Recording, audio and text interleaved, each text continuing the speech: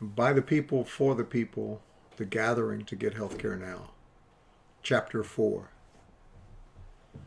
Paradoxically, the support of the medical group by the gathering of patients is comparatively less costly than supporting current market-based insurance systems. This is because those insurance systems waste 30 to 40% of the money on unnecessary facilities, materials, and administration. Further, because the financial support of the medical helpers is from those who have a desire to know about health care and have direct control over the delivery of services, the health outcomes are better. In this gathering, and in every other agreement about health care, the pivot point is trusteeship. It has failed in the systems based on the 6 dead ideas. In the private system, it has not only failed, but it is by design corrupt. When a person or group of people buy an insurance policy as the means through which they pay for health care, they transfer ownership and rights of distribution of services to the insurer. The money not spent for health care belongs to the insurer. Sometimes, because of laws and for marketing reasons, a portion of the unspent funds are returned to the buyers. In such a system, what should cost a few cents instead costs a few dollars. Is this another reason why the footman snickers in T.S. Eliot's poem? The commonwealth or cooperative created by the gathering and the inclusion of the healthcare providers is trusteeship in the best setting possible, in which the aim is to obtain the maximum of well-being with the minimum of consumption. Schumacher's insight about cooperatives is this. He said, "Cease to do evil, try to do good." As physical resources are everywhere limited, people satisfying their needs by means of a modest use of resources are obviously less likely to be at each other's throats than people depending upon a high rate of use. This kind of environment creates permanence in a cooperative. We always need both freedom and order. We need the freedom of lots and lots of small autonomous units, and at the same time the orderliness of large-scale, possibly global unity and coordination.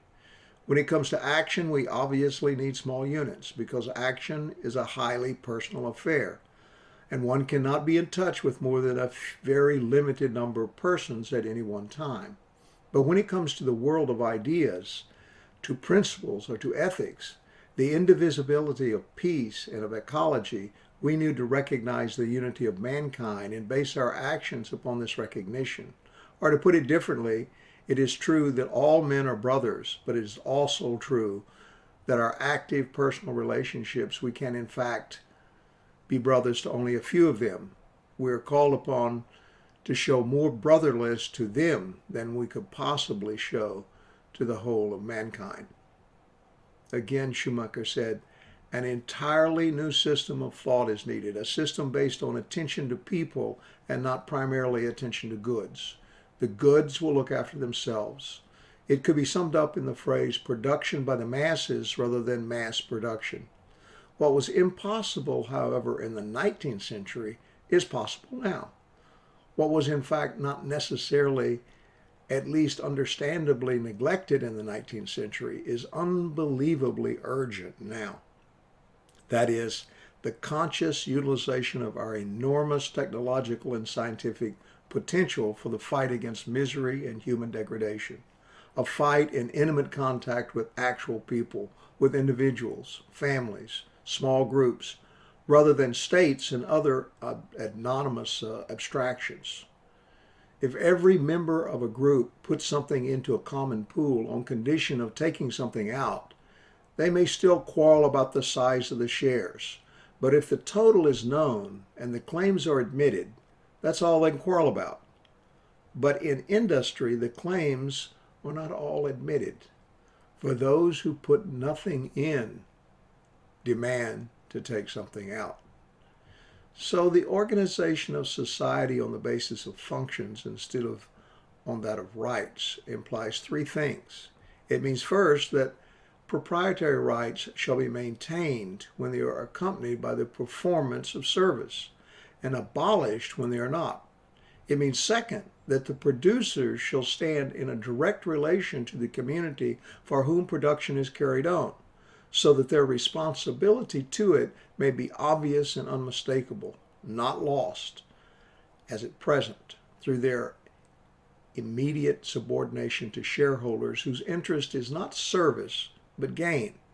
It means, in the third place, that the obligation for the maintenance of the service shall rest upon the professional organizations of those who perform it, and that subject to the supervision and criticism of the consumer, the gatherers, those organizations shall exercise so much voice in the government of their industry as may be needed to secure that the obligation is discharged.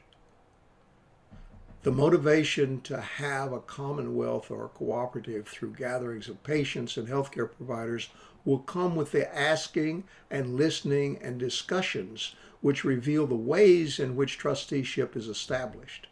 Responsibility is taken and wanted care is made available.